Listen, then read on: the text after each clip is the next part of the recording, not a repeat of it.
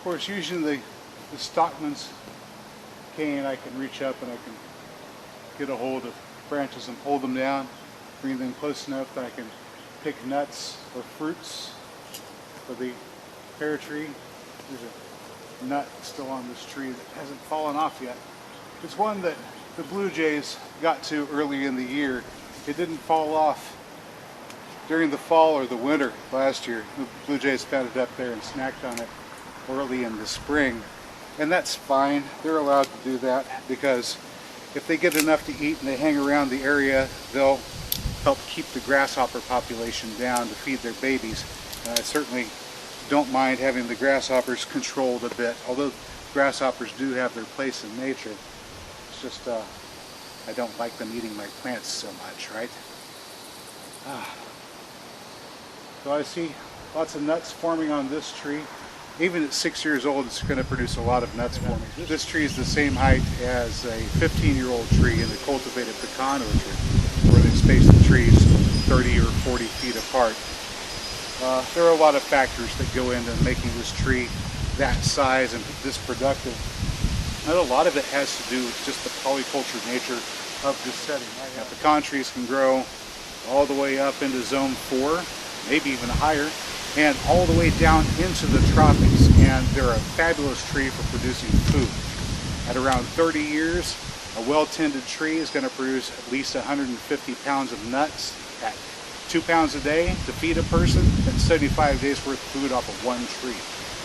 Maximum spread for these is 60 feet, and my recommended spacing would be 9 per acre, or even less if you want to plant a few other species. But 9 per acre would give you a nice canopy and allow the trees to spread out and get as big as they want to get.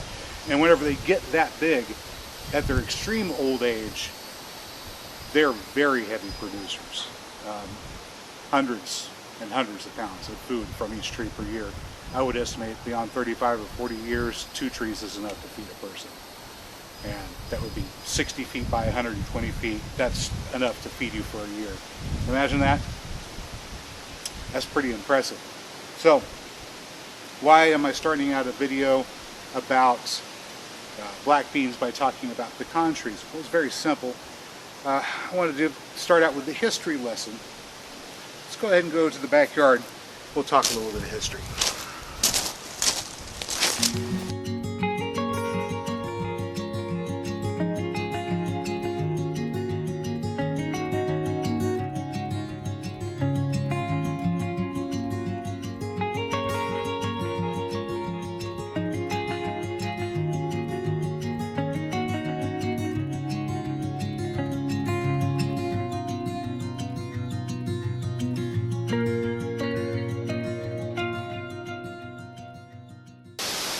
Well, hello again, good people. Hi, it's Jason with the Green Country Agroforestry, and I'm here in the backyard on this windy afternoon here in June. What is today? About the 29th or so, I guess. And I'm standing next to the bean poles where we're growing our Cherokee Trail of Tears black beans, the tuya, as they would have been called once upon a time. At my feet, behind me, all around are growing our squash. We have our corn. Where is it? The stand of corn is over there. And I wanted to talk to you a little bit about traditional woodland gardening.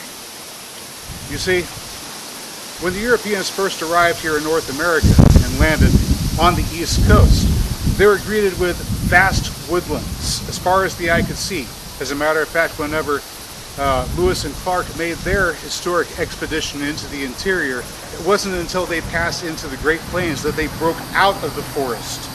So they were a bit further west than we are here now. Whenever they first saw the great grasslands of the Great Plains, that's a bit further out that way. That's a lot of woods. And it wasn't just any sort of woods. And unfortunately, this is the thing. The Europeans, whenever they saw that, they just saw trees. They saw oaks and beeches and chestnuts and hickories. And the pecans, like I have there in the front yard, I really do prefer pecans personally. That's my personal preference. You can grow whatever you want to. They saw them as woods. They saw them as a primeval forest. What they didn't realize was they were looking at a food production and gardening system that's unparalleled anywhere on Earth. They saw what the natives were growing. They saw them growing annual crops of beans and squash and corn, and I thought, oh, well, this is what the natives are growing. And it's true, the natives did grow beans and squash and corn. But here's the thing. One of those pecan trees, at its full size, its maximum spread of 60 foot, would take up a space from right there where the camera is, all the way back here. So, a 60-foot spread is just big enough to plant an annual vegetable garden. Well, what do you do while you're waiting for your tree to get big enough to start producing food for you again? Well, you plant other stuff. Like what, you might ask? Well, beans and squash, corn.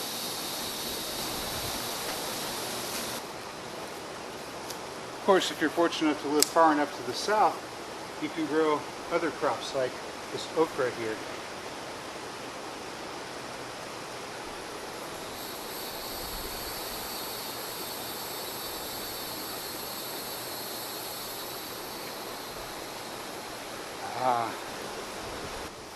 Yeah, I know we're supposed to be keeping these and weighing them for the Shed Wars competition. I just can't help myself. It's so good fresh off the plant. It's tender and sweet. Now,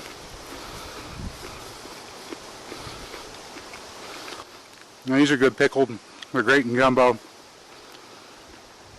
Occasionally I do a mix of hot peppers and tomatoes and okra. You spoon that over some rice or just eat it the way it is. But fresh right off the plant, out of hand. It's about the best way to eat anything, don't you think?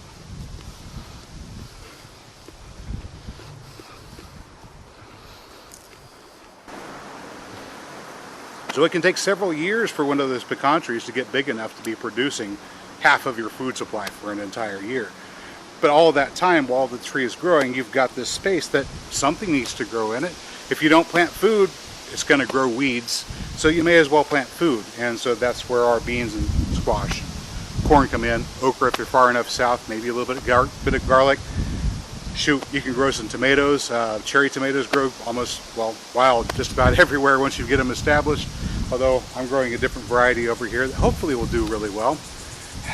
Got off to a bad start this year, but the plants are coming along. Let's take a look at our beans, though. So here we have it.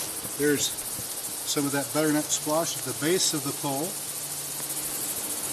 There's the pole. And you can see some of the vines getting a little bit higher up, but that's not our single seed challenge vine. This is our single seed challenge vine.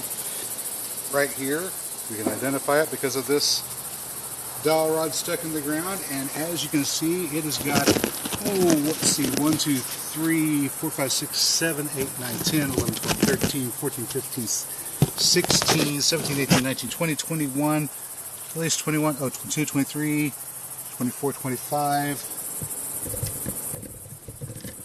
A whole lot of blossoms, and a whole lot of blossoms equates to a whole lot of beans. There's a whole lot of beans coming up off of this one vine, and it's not but about halfway up at the moment.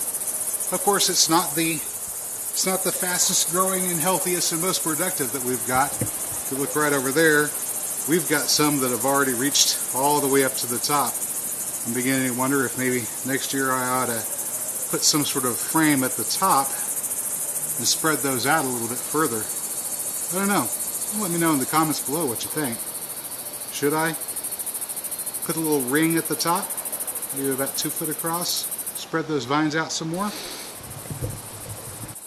One of the unfortunate things about having to pack up and relocate to a new place to live is you're not really familiar with what's going to grow well there. Back east, the native tribes were dealing with mostly white oak, acorns from white oak, chestnuts, maybe some black walnuts, things like that. Out here, a little bit further to the west, that's where the pecans really start taking off. The Illinois River Valley, and a little bit further westward too. You get around Oklahoma and Texas, we've got lots of pecan trees out here. Some of it just because that's where nature planted it, and a lot of it because that's where we chose to plant them. So as you see, whenever they were required to leave their lands from the east and come out to the west what the Seminole, Choctaws, Chickasaw, Muskogee, and Sulligy tribes were walking away from was not just land. It was a very productive food system. A productive food system that had worked perfectly well for thousands of years, maybe even tens of thousands of years, before the Europeans ever laid eyes on the North American continent. And of course, a productive food system that each individual part of it takes decades to develop. And they were leaving that behind and coming to a place where they would have to start all over from scratch.